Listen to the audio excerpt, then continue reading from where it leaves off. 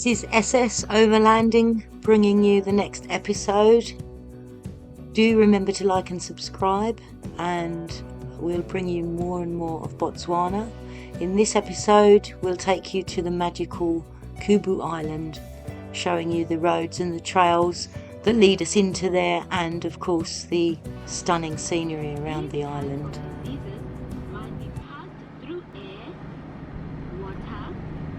And we passed through Laklahani, the small diamond mining village, on the A14. The journey took us roughly 4 hours, and we were looking for a few more supplies, potatoes particularly, which we were told by the locals were in short supply because of the drought. Tomatoes, onions, no avos.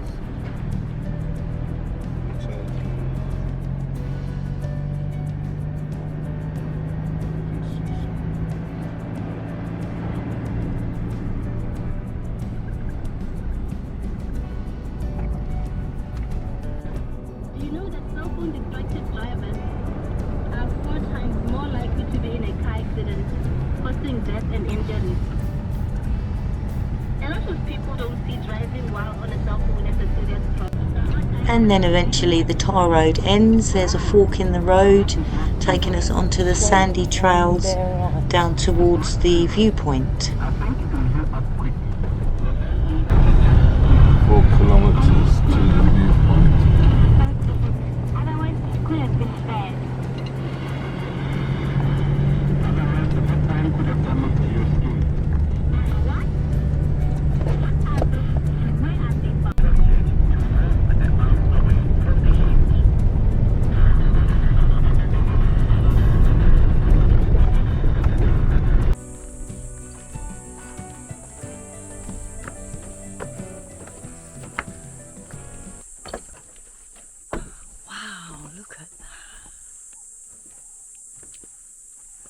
That's the Makgadikgadi pans, isn't it? Sour pan. And yes, to clarify, this is the sour pan, which is one of a few salt pans within the Makgadikgadi Pans National Park.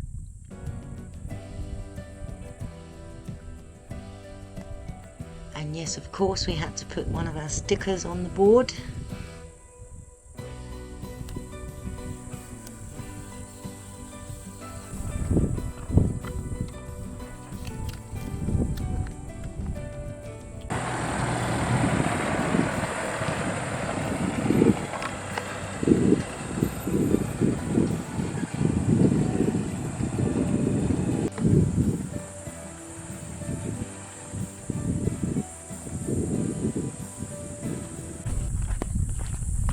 We're just on our way to Kubu Island.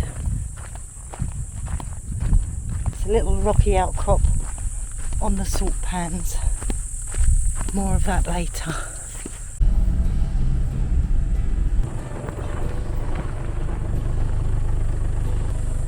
But to get there we had to take these soft, powdery, sandy trails down towards the island.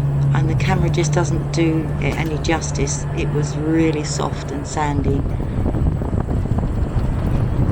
Take your life in your hands to whatever one you take.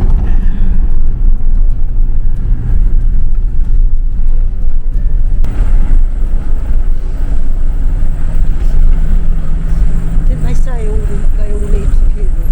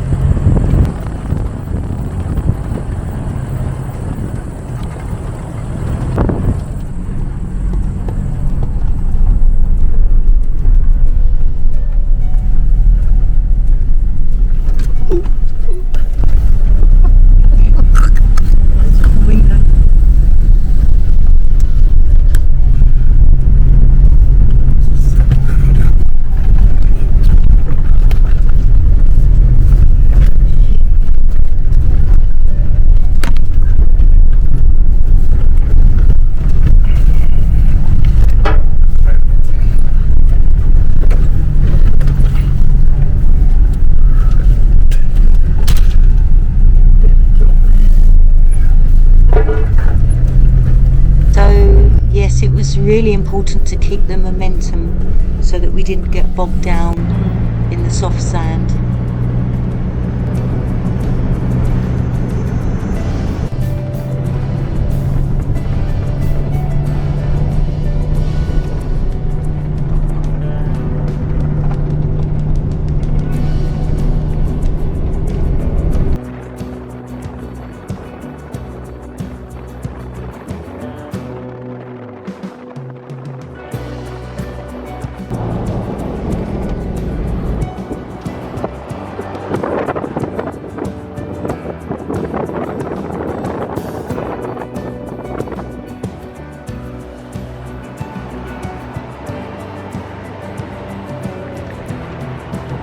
So we drove over the pans and finally got to the gate where we signed in, and they instructed us where to go to find the designated camping areas. And we were truly blown away by the sheer vastness, open space, big skies, silence, and just how the pans disappear onto the horizon.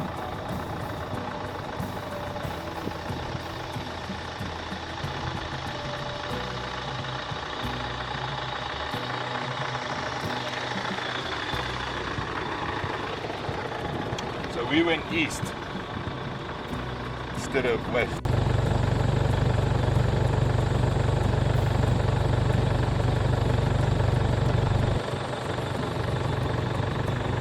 And we stopped in awe of these magnificent baobab trees.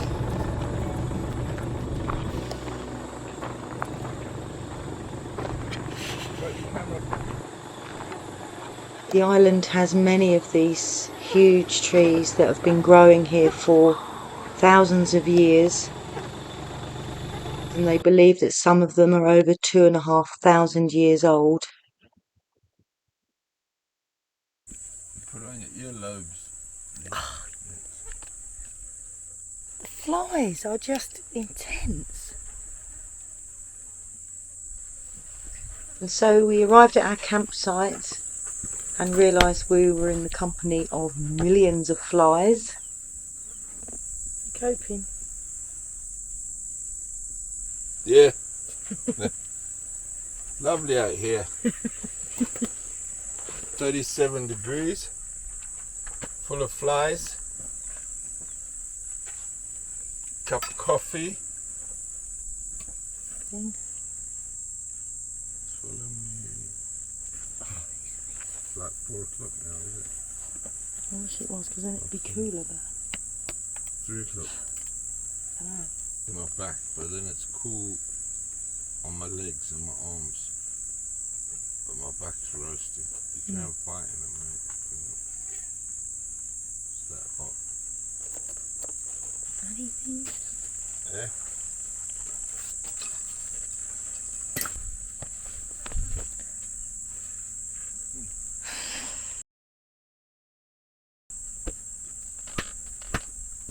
I wonder if this is normal for here. There's no water for the flies, so they come and try and get it. No sweat. So we sat around camp for a couple of hours just chilling and coping with the intense heat and the flies.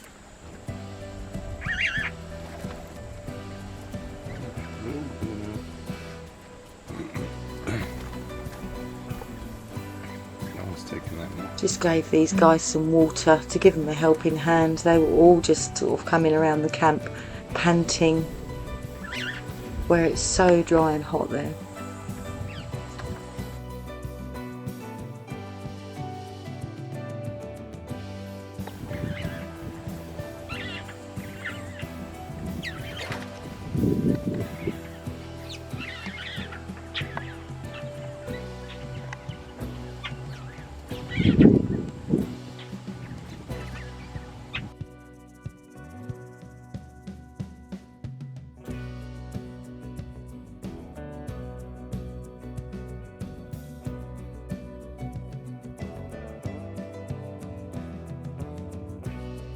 And so after rehydrating both ourselves and the birds, we went out to explore our surroundings.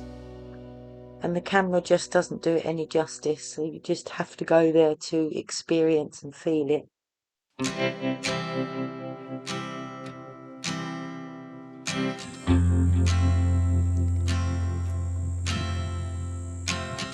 So at this point the sun was getting lower in the sky, so we were hoping to capture some of the beautiful colours that shine onto the trees at that time of day.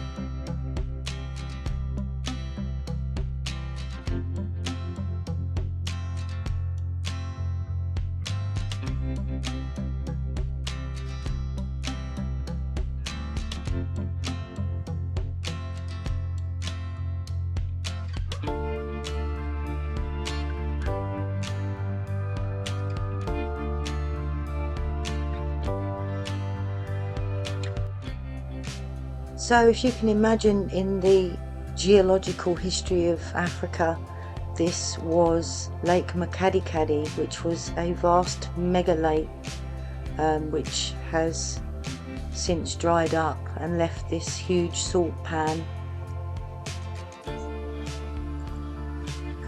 The island consisting of granite rocks and home to the hundreds of ancient baobab trees.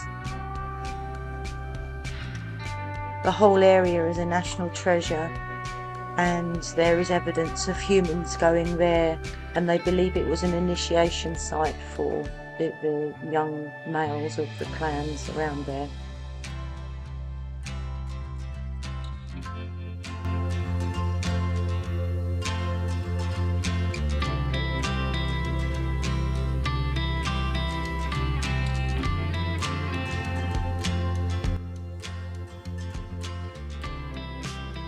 And the unusual shape of the trees means that they can soak up any remnants of water in the dry and arid land, and they can store water so they can continue to grow, and they are just amazing to see and be around.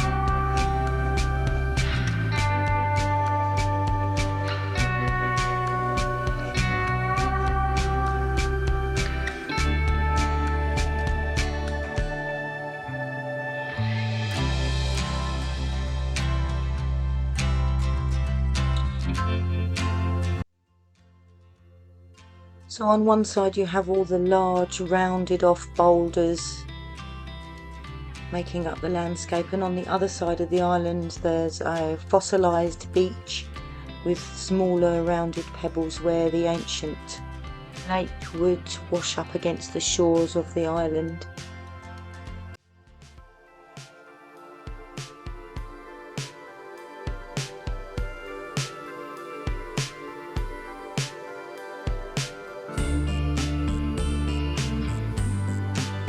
And flying the drone, giving this vantage point, it actually makes it a lot easier to imagine how it looked when there was water in the lake and this was a true island with beaches and a shoreline. The name Kubu in Botswana actually refers to hippopotamus, and I suppose some of the rocks would look a bit like a hippo with the water surrounding them.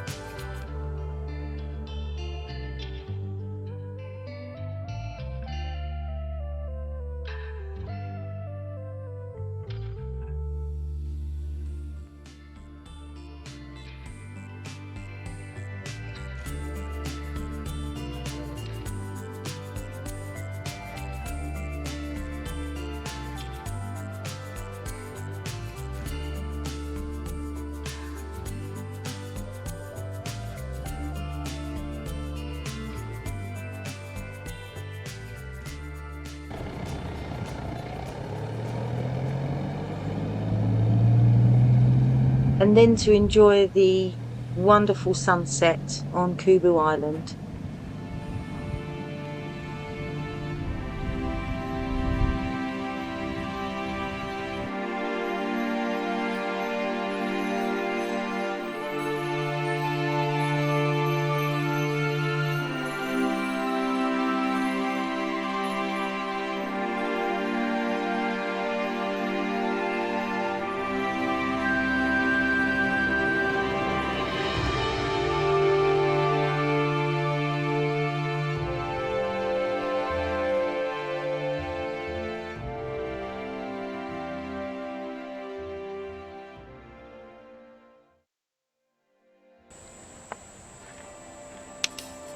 And then we enjoyed an evening at camp.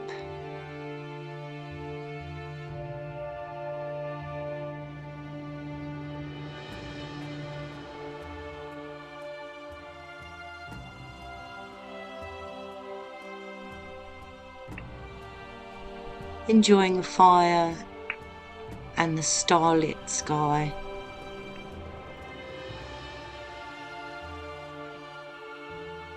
Doing our best to capture the Milky Way.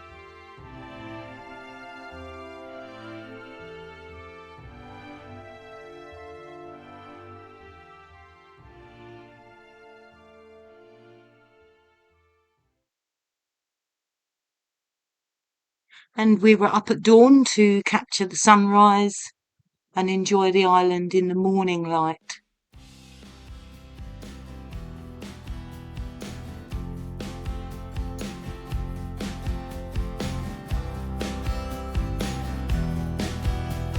We had another walk around, exploring the rocks and the landscape and the trees.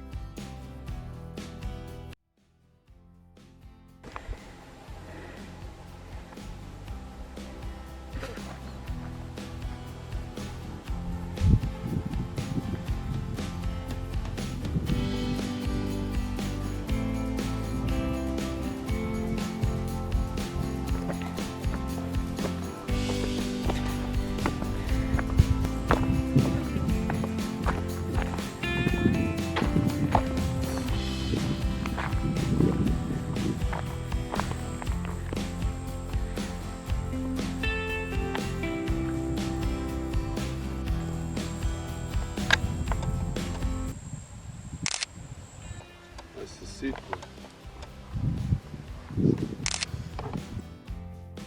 So the seed pods of the baobab, they contain cream of tartar, which is obviously used in cooking.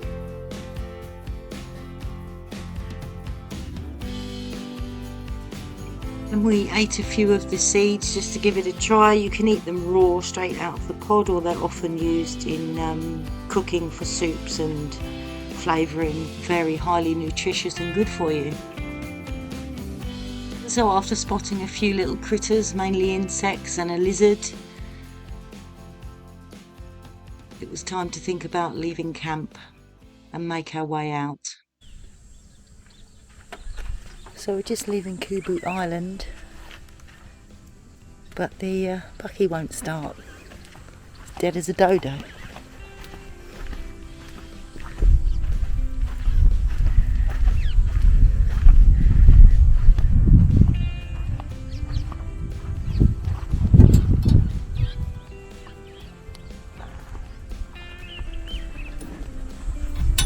Battery was alright, wasn't it, on the gauge? Is it the immobiliser? Yeah.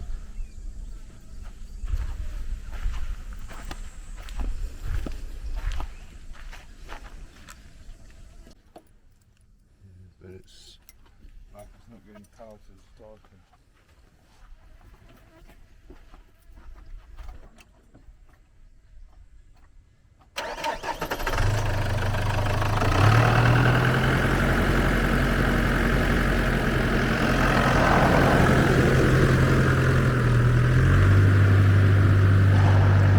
Hallelujah, looks like it was a loose earth wire on the battery. Anyway, onward. Oh, a lovely breeze.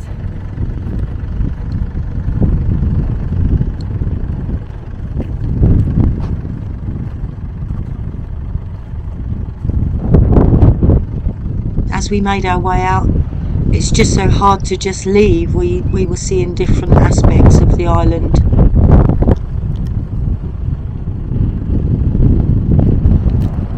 And I couldn't resist a little walk up the rocks to view this rock face.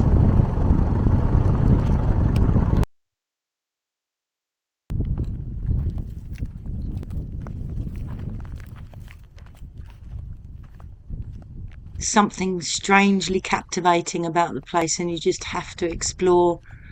You have to touch the trees and the rocks and just be there.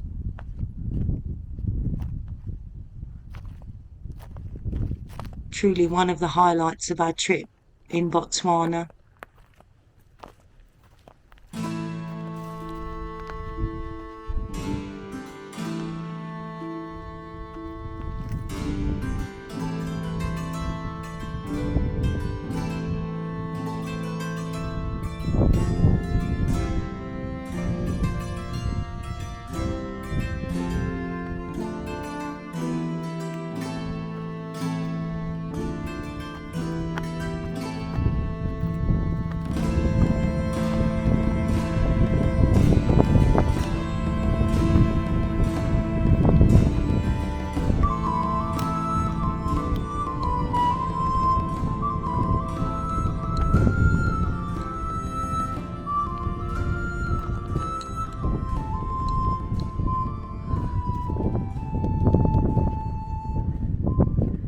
It feels such a spiritual grounding place. You can understand why they used this island for ceremonial rituals and things. It's just really grounding.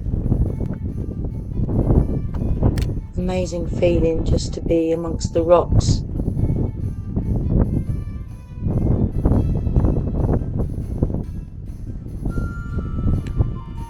And look back at the vast salt lake.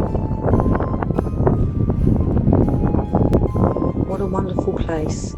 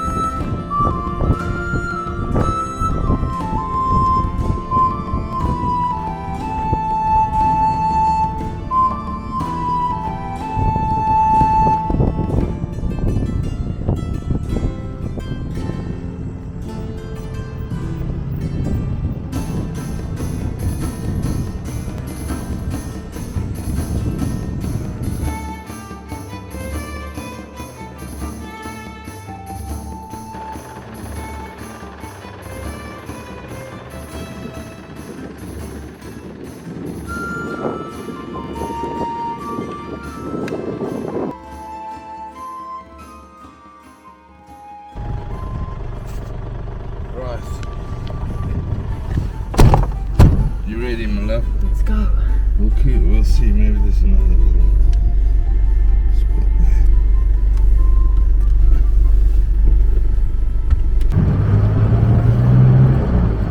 Kubu Island, eh?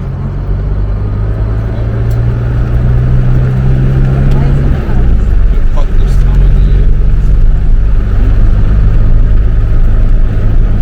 At least there's no getting stuck in the mud.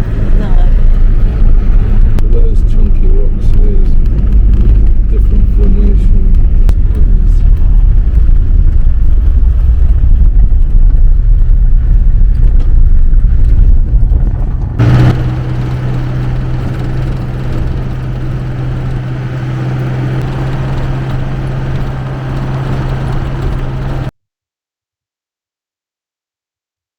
And we carried on the journey, the long route out, spotting what wildlife we could see.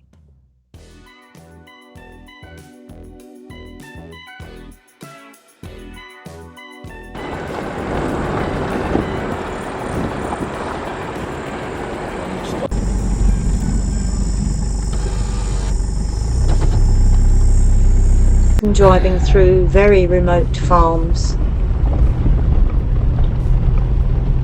where they had cattle and horses.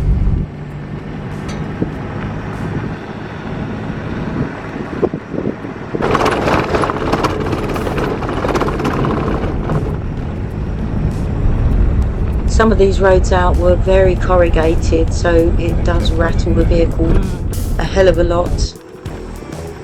And then other areas, extremely soft sand. Again, momentum was key to keep going and not get stuck.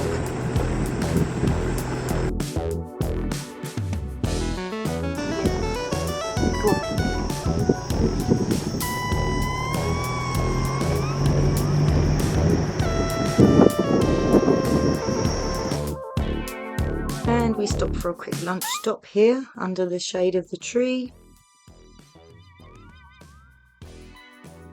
You'll notice I keep checking my legs. That's because I'm paranoid with ticks, and they do tend to congregate under the shade of a tree. These cattle ticks bury themselves in the sand and then wait for movement and come and attach.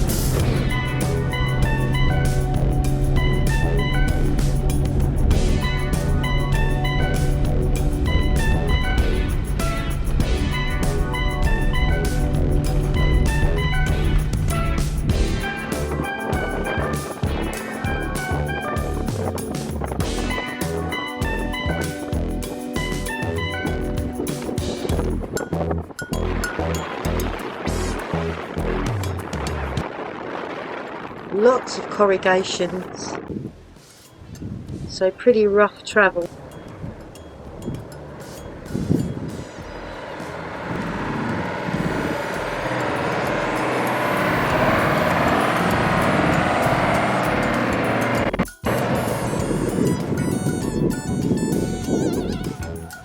We took this road on Tracks for Africa towards Gweta.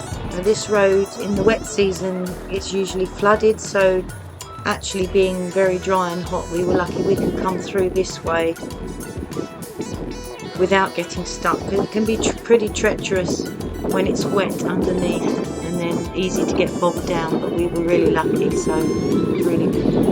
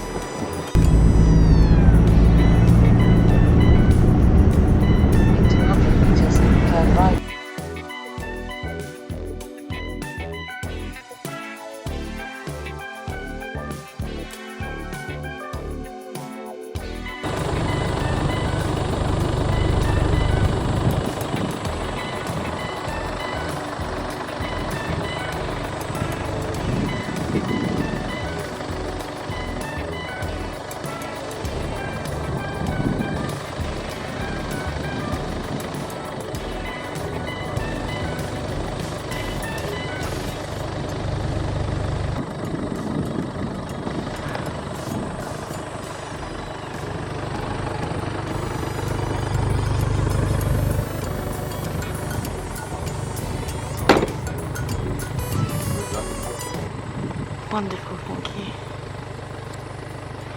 Cheers. Cheers.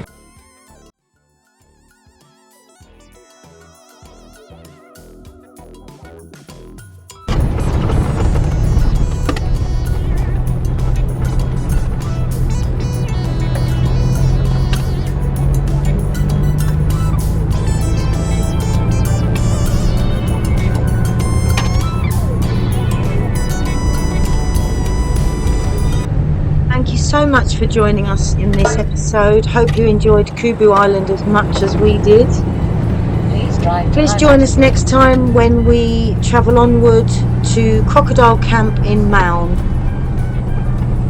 Thanks again, folks. See you next time.